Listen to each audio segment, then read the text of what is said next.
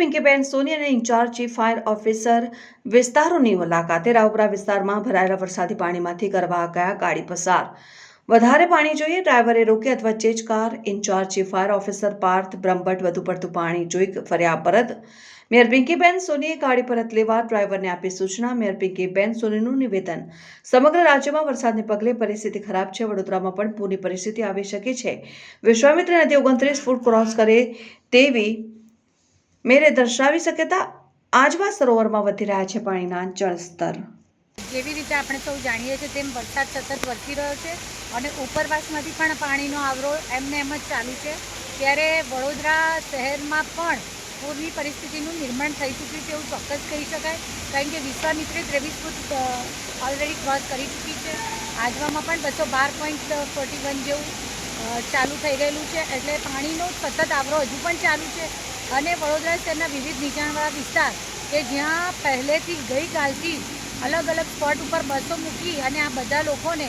જેમને સ્થળાંતરિત કરવાની જરૂર દર વખતે પડતી હોય છે આ બધા લોકોને સ્થળાંતરિત કરવા માટેની બધી જ વ્યવસ્થા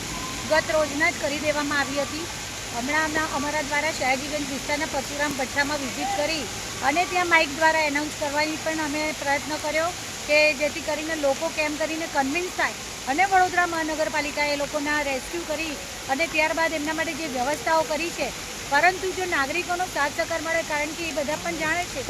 કે જ્યારે વિશ્વામિત્રીનું લેવલ 30 ફૂટ ક્રોસ થશે ત્યારે તેમના ઘરોમાં પાણીનો ભરાવો એવો થશે અને ત્યારે ચિંતા જેવો વિષય બનતો હોય છે એટલે અત્યારે લોકો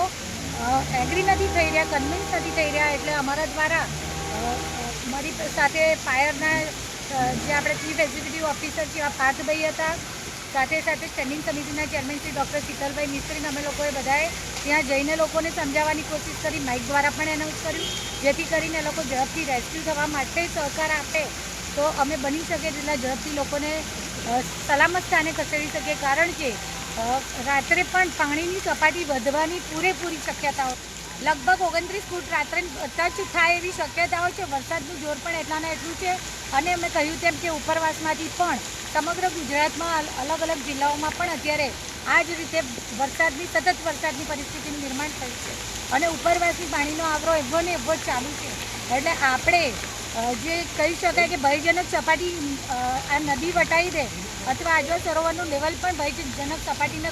અડકી જાય એવી શક્યતાઓને આપણે નકારી ન શકીએ એ માટે થઈ અને આપણે પ્રયત્ન કરવા જ રહે વડોદરા મહાનગરપાલિકાનું તંત્ર ગમે તેવી વિકટ પૂરની પરિસ્થિતિ હોય તેને પહોંચી વળવા માટે પૂરેપૂરું સજ્જ છે।